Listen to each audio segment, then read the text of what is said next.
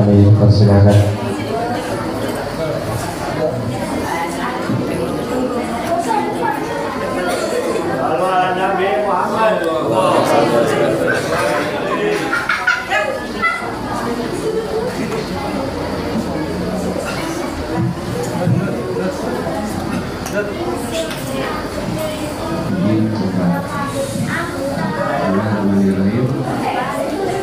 Assalamualaikum warahmatullahi wabarakatuh. Waalaikumsalam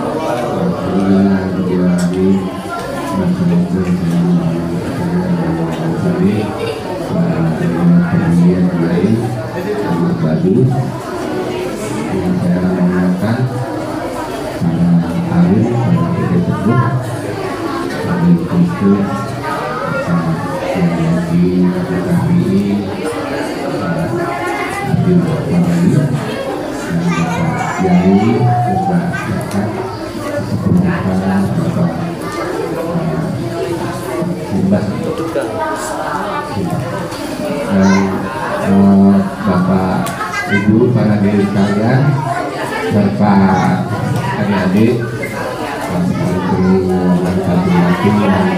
insya Allah Bapak Ibu yang sekalian senantiasa di berkat Allah SWT.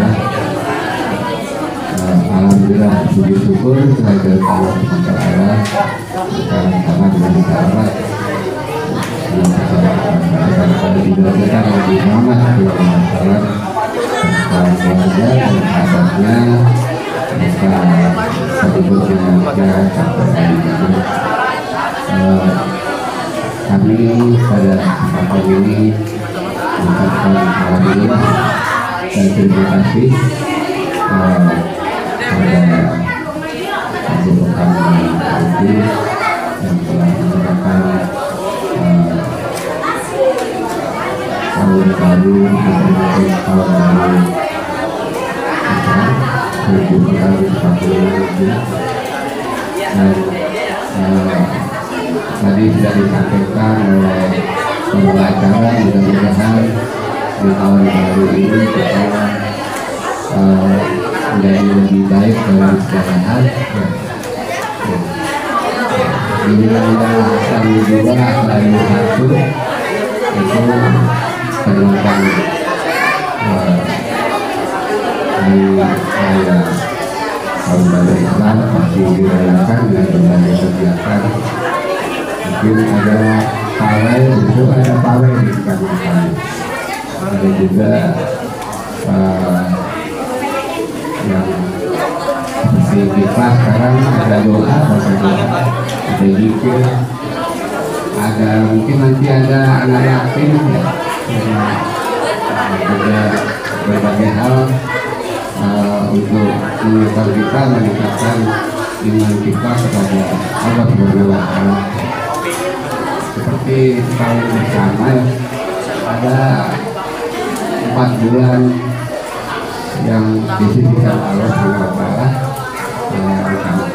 Ada bulan Rajab, Sya'ban, Ramadan, dan satunya ada bulan Muharram ini. Hal atau hikmah dari bulan Ramadan ini bisa kita petik dari ceramah dari Bapak Ustaz bahwa banyak nabi-nabi kita yang sebagian besar ada berkaitan dengan bulan Muharram ini, sehingga kita bisa memetik pelajaran dari kejadian-kejadian para nabi itu, menjadikan untuk meningkatkan iman kita kepada Allah Subhanahu wa Ta'ala. Selanjutnya mudah-mudahan tahun baru kita Islam ini ya, kalau pada tahun baru Masehi bulan Januari biasanya RW RT itu kumpulnya di Blaopan, jaga-jaga ya di kaburan, ada yang minum, ada yang apa. Alhamdulillah kalau Islam kita bisa mengadakan kegiatan yang positif positif sekali, bisa berdoa, bisa belajar, bisa mengambil relung hikmah yang nanti kita bisa ambil. Jadi untuk itu kita sebagai kita merasakan hikmah yang luar biasa. Mungkin apa yang harus kita capai demi kebaikan tahun depan ya. Secara pribadi mungkin kita harus perbaikan juga secara keluarga, secara masyarakat, dan meningkat lagi mungkin saat kita negara ya. Tapi kita ukuran kita mungkin pribadi, keluarga, dan lingkungan kita perbaiki. Apa yang kita perbaiki banyak hal ya, tapi salah satunya kita bisa menambah ilmu ya. Salah satunya bisa kita capai setiap orang kan menambah ilmu. Nambah kaya belum tentu, tapi nambah ilmu bisa pasti dicapai oleh setiap orang saja. Ada apa ya? Anjuran apa bagaimana cara menambah ilmu ya. Satu, kita harus buka diri, buka pintu. Ada pintu yang buka untuk ilmu masuk. Kedua, lapangan dan ada tempat untuk ilmu masuk. Kalau tempatnya sempit, ilmu masuk. Tiga, lapangan. Ketiga, supaya ilmu mengalir ke diri kita, tetap kita harus rendah pada yang kita ambil ya. Jadi harus kita merendahkan diri supaya ilmu itu bisa masuk. Itu apa anjuran-anjuran yang kita dengar. Mungkin nanti ada anjuran lain dari Bapak Ustaz, kita dengarkan bersama-sama. Mungkin itu yang bisa saya sampaikan. Kurang lebihnya mohon maaf ya. Saya sangat senang dan apresiasi sekali dengan kegiatan ini. Mudah-mudahan kegiatan seperti ini berjalan selama-lamanya. Demikian dari kami. Assalamualaikum warahmatullahi wabarakatuh. Waalaikumsalam warahmatullahi wabarakatuh. Terima kasih kepada Bapak Sumarno sebagai Ketua RW 02 atas sambutannya berikut wacananya. Dan untuk berikutnya sambutan dari Ketua Umum Haroka Padepokan Santri Islami Darussalim Pak Deddy Mulyana. Apa sampaikan enggak ada?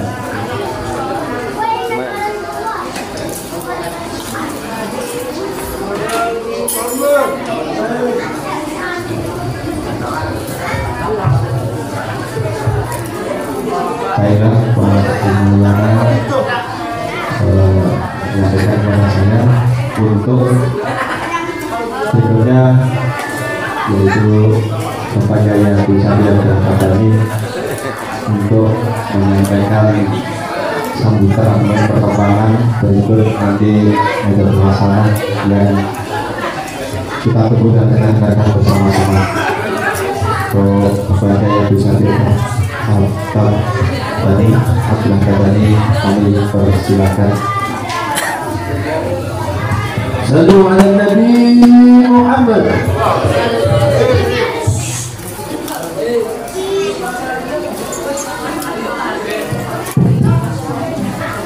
Assalamualaikum warahmatullahi wabarakatuh. Bismillahirrahmanirrahim. Wala haula wala quwata illa billahil aliyyil azim. Subhanaka la ilaha illa anta innaka antal alimul hakim. Alhamdulillahirabbil alamin. Wa sallallahu wa sallama ala sayyidina wa maulana Muhammadin wa ala alihi wa sahbihi wa man tabi'ahum bi ihsanin ila yaumil amma ba'du. Yang kami hormati, kami muliakan para sesepuh ini sepuh, para tokoh masyarakat yang tidak saya sebutkan satu persatu namanya tanpa mengurangi hormat dan takdim kami. Khusus yang sama-sama kita hormati, kita muliakan Bapak Pembina kita sekaligus Bapak Pembina Wilayah, Bapak Ketua RW 02 Kelurahan Sukan, Bapak Haji Sugeng Raharjo, para asatidz, para guru, para alim, para kiai, khusus yang sama-sama kita hormati almarhum Bapak Kiai Haji Mulya, Bapak Kiai Abdul Simon, Bapak Kiai Paryadi, dan para kiai-kiai lainnya, Bapak-bapak, ibu-ibu, hadirin sekalian yang insya Allah kita sama-sama dirahmati dan dimuliakan oleh Allah Subhanahu wa Ta'ala. Khusus Ketua Yayasan Pendidikan Islam Ahsanul Hadis Riyadhus Shalihin, Bapak Ustadz Dedi Mulyana dan seluruh jajarannya yang insya Allah kita sama-sama dirahmati dan dimuliakan oleh Allah Subhanahu wa Ta'ala.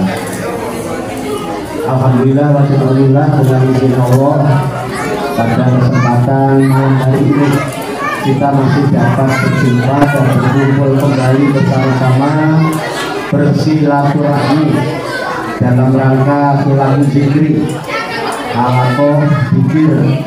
Kita berkumpul untuk bersungguh sejenak meninggalkan seluruh aktivitas duniawi kita untuk semata-mata berzikir mengingat Allah Subhanahu wa Ta'ala, mengingat kebesaran, keagungan dan kekuasaannya dengan melaksanakan tabarukan ngalap barokah menyambut datangnya tahun baru Islam 1 Muharram 1446 Hijriah.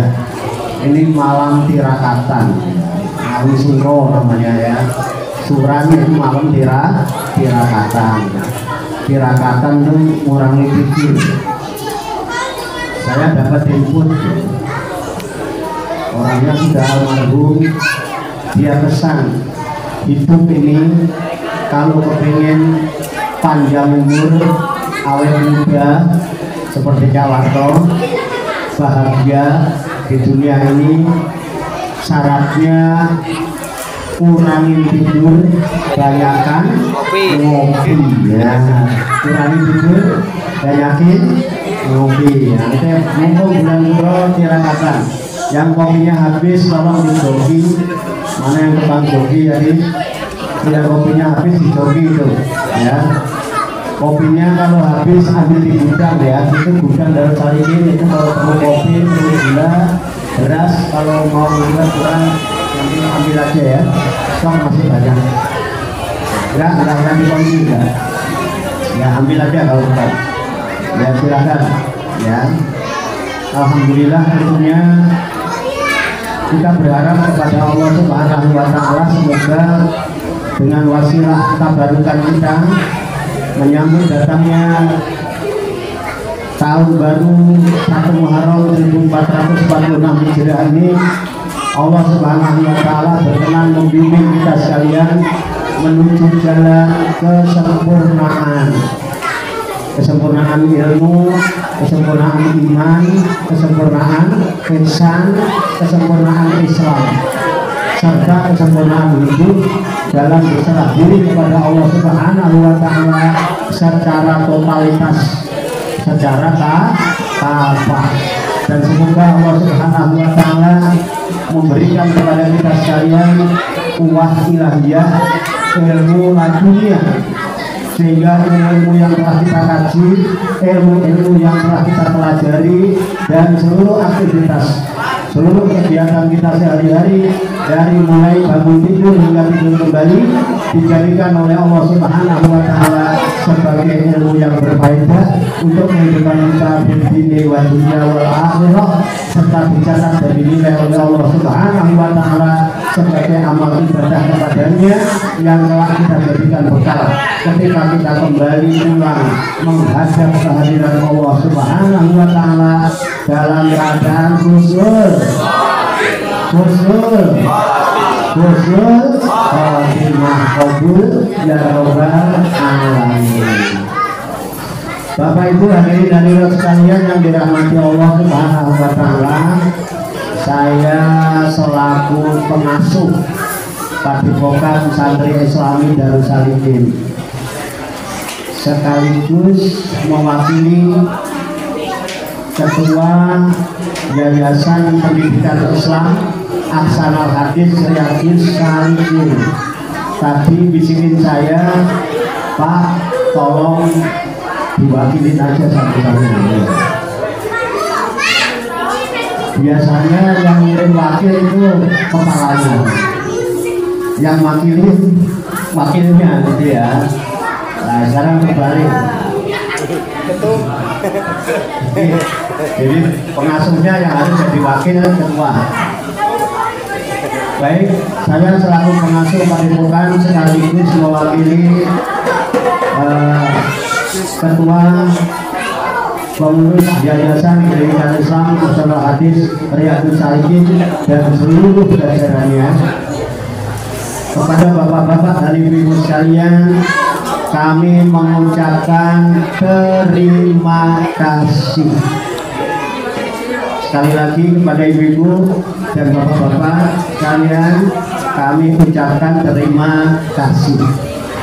Terima kasih atas segala usahanya, terima kasih atas segala kegiatannya, dan tentunya terima kasih pula atas segala pengorbanannya. Insya Allah segala usaha, kegiatan, dan pengorbanan yang telah dilaksanakan oleh bapak-bapak dan ibu-ibu, khusus ibu-ibu yang dari pagi, ya, dari kemarin malam sudah mempersiapkan ubur rampe dalam rangka terlaksananya acara menyambut tahun baru 1 Muharram 1446 Hijriah. Semoga semua usaha, kegiatan, dan pengorbanan yang dilaksanakan oleh bapak dan ibu sekalian, baik berupa tenaga, pikiran, waktu, dan sebagian rezeki yang dipisahkan untuk mendukung terlaksananya acara menyambut tahun baru Muharram 1446 Hijriah ini, semoga dicatat dan dinilai oleh Allah Subhanahu wa Ta'ala sebagai amal ibadah kepadanya, dan semoga dijadikan perbendaharaan amal soleh yang akan mendapatkan balasan yang berlipat ganda. Amin ya rabbal alamin. Selanjutnya saya selaku pengasuh Padepokan Santri Islami Darussalikin sekaligus mewakili seluruh pengurus Yayasan Pendidikan Islam Ahsanul Hadis Riyadhus Shalihin menginformasikan bahwa di Padepokan ini sudah ada yang tahu ya, sudah beberapa bulan telah berdiri sebuah yayasan, yaitu namanya Yayasan Pendidikan Islam Ahsanul Hadis Riyadhus Shalihin. Adapun program-program yang sudah dicanangkan oleh yayasan adalah harokah dakwah batavia, itu adanya gerakan dakwah dan pendidikan. Makanya di sini selalu digaungkan dakwah Islamiyah, karena dakwah ini penting. Islam ini berkembang adalah dari perjuangan para dai, para mubaligh, sehingga nyampe kepada kita. Kita tidak bisa bayangkan kalau orang sudah tidak peduli lagi untuk mendakwahkan Islam di kampung kita. Entah jadi apa Islam di kampung kita nanti. Dan kita lihat kondisi zaman sekarang ini syiar Islam tenggelam itu dimulai sejak adanya corona. Sejak adanya corona ditambah medsos ini berkembang. Justru dengan adanya medsos sekarang kita sulit membedakan mana dai tukang dakwah, mana tukang dakwah. Dan kita bisa membedakan mana orang alim, mana orang jahil. Semua bicara umum. Ditambah konflik intern yang terjadi di kalangan umat Islam sendiri yang tak kunjung selesai dan pemerintah belum turun tangan untuk memfasilitasi, untuk bisa bertemu, berkumpul, mengadakan musyawarah untuk mufakat. Ini yang justru cenderung membuat umat Islam jadi bingung memikirnya, mau mengikuti siapa. Di atas para dainya, para kiainya saling caci maki, orang alimnya itu saling caci maki, saling menghujat dan lain sebagainya. Nah, di sini perlunya peranan dakwah. Nah, di sini gerakan membangun gerakan dakwah dan pendidikan. Kemudian di jenjang pendidikan, ya, di samping kita mengadakan dakwah dengan berbagai materi dan metode tentunya, ya, metode hikmah, wali songo, mungkin sudah berbagai cara dengan budaya, dengan seni dan lain sebagainya kita sudah lakukan itu. Hari-hari besar Islam selalu tepat waktu di sini, Pak. Alhamdulillah tidak pernah telat.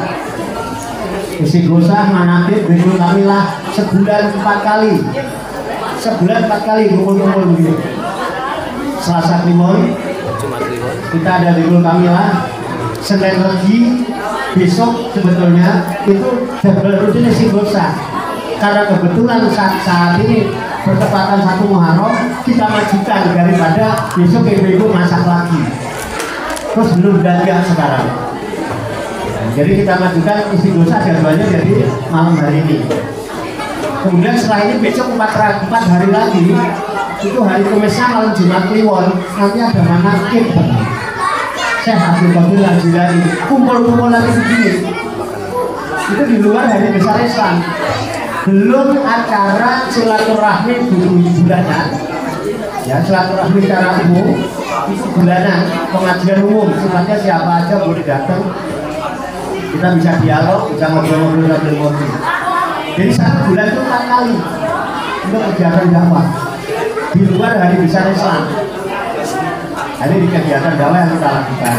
Nah, kemudian di jenjang pendidikan kita sudah sementara sudah selesai, pembangunan selesai, kemudian kita sudah mulai lagi ke melakukan hubungan dengan Kementerian Agama untuk izin operasional pendidikan, karena kita bergerak di bidang sosial dan keagamaan. Sedang diurus di Kemenak. Insya Allah kalau urusan masjidnya ini sudah terdapat di Kementerian Agama. Cuma tidak tercatat di Dewan Masjid Indonesia. Dewan Masjid itu kan apa namanya? Lembaga LSM, ya, yang dipimpin oleh Pak Yusuf Kala. Ya, kita tidak tercatat di DNI, tapi insya Allah tercatat di sisi Allah. Tercatat di sisi Allah. Masjid Darussalikin ini sekarang sudah ada masjid, ya, Masjid Darussalikin atau Masjid Darussalikin ini, ya, tidak dibangun di atas sebidang tanah, tapi dibangun di atas ridho Allah. Di atas ridho Allah, kan tanahnya di bawah sana. Ini kan di atas tanahnya. Tambang aslinya di atas sana, aslinya yang di atas. Karena di atas banyak keluhan dari masyarakat, terutama bapak-bapak jempolnya nggak kuat. Yang kedua tidak muat, sehingga setiap kegiatan yang bersifat ke masyarakat melibatkan masyarakat umum, semua kegiatan di bawah. Karena masjid fungsi masjid di zaman Rasulullah membangun masjid bukan semata-mata untuk tempat sholat. Jadi masjid itu tempat berserah diri, tempat sujud, menyerahkan segala urusan kepada Allah, ya di Baitullah, baik urusan umum maupun urusan agama. Jadi alhamdulillah di Padepokan ini semua dilayani. Pak RT ada kesulitan di masyarakat, sering Pak RW di sini saya banyak juga. Jadi orang nganterin anak, nganterin dulu minta dinikahkan.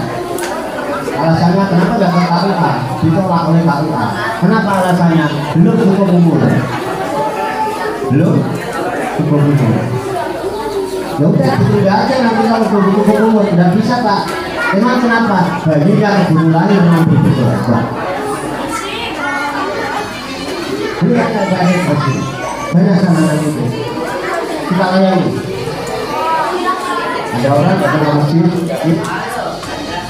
masjid besar. Ada yang mau masuk Islam, ada yang mau menikah dengan sebagainya, dikirim ke sini. Misalkan kalau sudah kan, saya disuruh dari masjid Pak. Kenapa dia di masjid kan banyak kayak di masjid? Saya telepon, saya kenapa dikirim ke Padepokan? Kan masjid Jami untuk pelayanan ini nggak bisa, bagaimana nggak bisa kiainya banyak masuk ke sini S2 semua Kalimantan Timur Tengah, masa nggak bisa ngurusin teman buat apa jadi pengurus masjid? Nggak bisa kan kalau urusan itu, kalau ceramah khotbah bisa. Emang kenapa? Ada aturannya. Jadi urusan yang susah memang dirinya terbuat yang mesti lah ini. Alhamdulillah, memang kunci masjid itu melayani umat. Sentral pelayanan umat adalah masjid. Itu awalnya Nabi Muhammad bangun masjid untuk uang perahu supaya bisa kumpul ada waktu-waktu yang bisa. Banyak alhamdulillah di sini pelayanan semua. Jadi kita sudah terdaftar. Bahkan sudah punya nomor apa tadi? ID ya, nomor ID. Ini ada nomor ID-nya Pak. Nah, kemudian kita sudah mendapatkan di Kemenang itu yang ada TPQ, bukan TKA-TPA. Karena TKA-TPA itu di bawah naungan remaja masjid. DKPRMI itu Badan Komunikasi Remaja Pemuda Masjid Indonesia. Kantornya di Masjid Istiqlal, dan saya termasuk anggota Indonesia awal-awal adanya pelajaran. Saya dialog Pak waktu itu ya, termasuk dan keluarga kasih kedua sana untuk mendirikan TKA itu bisa tidak benar. Jadi sudah ada TPQ. Nah, TPQ ini sudah ada di bidang pendidikan. Ya, ibu-ibu tolong diperhatikan. Kita sudah ada jenjang pendidikan PPK. Yang pertama ada MTA, Madrasah Qur'aniyah Aulia Tis'ah. Ini untuk anak-anak kita yang masih usia pra pendidikan 4 tahun, 5 tahun yang belum sekolah, itu dididik untuk bisa mengenal huruf Al-Quran. Nanti setelah dia udah mengenal huruf Al-Quran, nanti dia masuk ke Al-Quran, ada jenjang berikutnya MTA, Madrasah Tahsinul Quran. Ini tempat belajar memperbaiki bacaan Al-Quran. Di situ ada penekanan bagaimana tajwidnya, makhrajnya dan sebagainya. Setelah MTA, nanti yang sudah SMP itu malam. Itu ada yang namanya MMA, Madrasah Mubalighin Aulia Tis'ah. Jadi yang sudah mampu membaca Al-Quran di MMA dididik supaya mengerti makna yang terkandung di dalam Al-Quran. Tujuannya apa? Supaya Al-Quran itu berfungsi sebagaimana mestinya, sebagai hudal linnas, petunjuk bagi manusia. Bagaimana manusia bisa mendapat Al-Quran kalau nggak tahu bahasanya? Maka di MMA mulai diajarkan perlapan dalika itulah Alkitab kitab Al-Quran, laroiba tidak ada keraguan, di dalamnya bukan petunjuk, lil muttaqin bagi orang-orang yang takwa. Jadi nanti otomatis belajar bahasa otomatis. Nah, kemudian itu yang sudah remaja, yang sudah SMA, bahkan sudah ada yang kuliah, sudah ada yang S1. itu kami tampung di satu wadah pendidikan namanya KMA. Ya, KMA itu kuliah mubalighin auliyaul tis'ah, udah kuliah. Nah, ini baru dirintis. Kalau yang sudah berjalan, rata-rata santrinya S1. Cuman tergabung di dalam kuliah syar'ah, kuliah satu akad. Itu S1 semua muridnya. Jadi di sini ada murid yang sudah S1. Itu untuk pendalaman materi agama. Ada tambahan melakukan S1. Jadi hari Sabtu dan Ahad.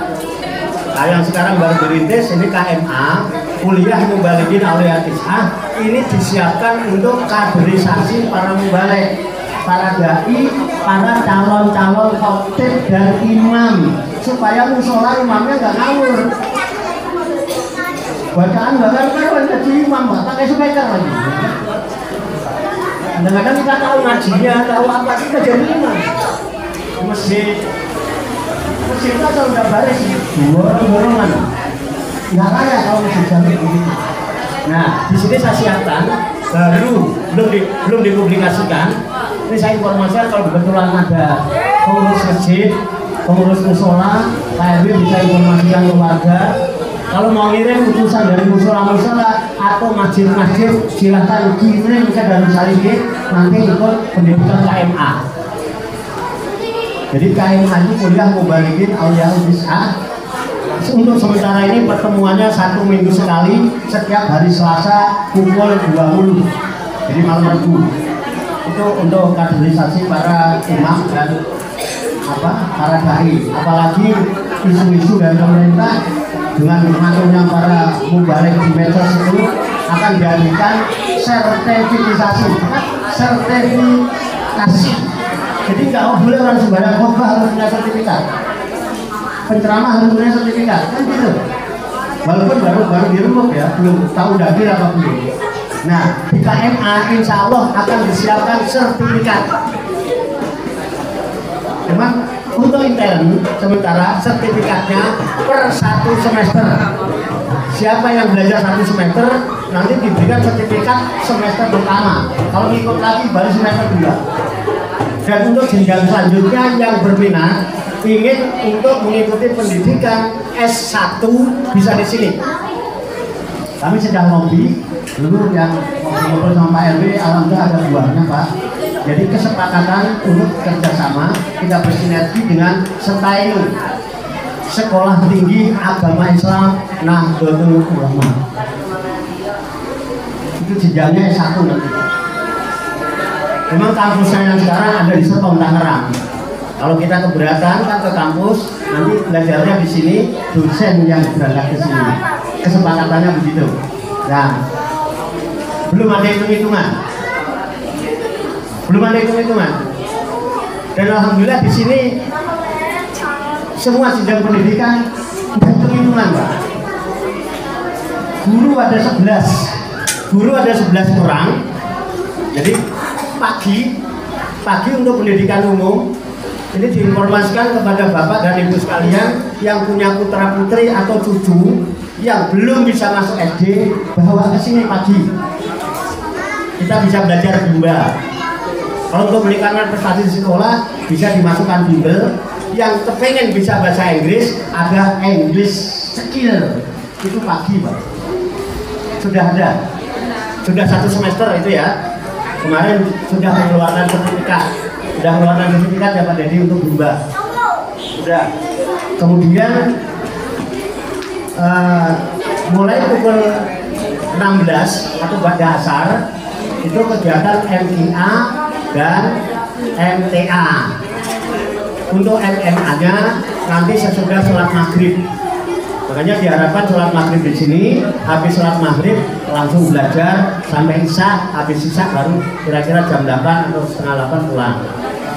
Ya, jadi nanti sekaligus maghrib dari isya-nya di sini kalau yang MMA karena rata-rata sudah SMP di kelas 6, tetapi juga tidak menutup kemungkinan karena yang masuk sekolah ada yang masuk pagi, ada yang masuk siang, kadang-kadang nggak sempat ngaji sore, boleh dimasukkan ke maghrib walaupun MGA atau MTA boleh.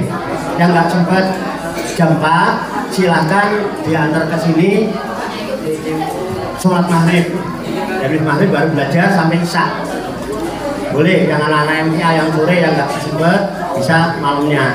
Jadi itu alternatifnya. Jadi sudah ada ini pendidikan yang ada di sini, monggo dimanfaatkan. Dan saya laporkan ke Pak RW, semua guru 11 orang belum punya NIP, Pak. Jadi tidak punya NIP. Karena nggak punya NIP, jadi nggak punya gaji. Karena nggak punya NIP, nggak punya gaji. Makanya saya informasikan, ya sama-sama berjuang di jalan Allah. Kalau punya kelebihan rezeki, udahlah infakkan di jalan Allah. Kita punya Baitul Mal. Insya Allah Baitul Mal ini difungsikan dengan baik, dan insya Allah infak dan sedekah Bapak Ibu sudah pasti diterima oleh mustahik. Karena ada Baitul Mal, tidak diterima oleh panitia, tapi diterima langsung oleh mustahik, langsung tersalur. Karena mustahiknya ada. Bisa dipahami ya Bapak Ibu. Ini barangkali yang saya sampaikan tentang ini, karena saya dibisikin sama pengurus yayasan Pak ini. Kalau nanti dibisikin di belakang, tolong nanti diwakilin Pak, ya udah diwakilin ya begitu ya. Nah kemudian saya pesan dikit, nggak banyak yang saya sampaikan. Nanti kita dengarkan tausiah dari Pak Kiai kita, dan memberi gambaran bahwa di tahun baru ini setidaknya ada beberapa momen yang terpenting yang bisa kita ambil hikmahnya, yaitu saya sampaikan 3 aja. Yang pertama adalah momen waktu.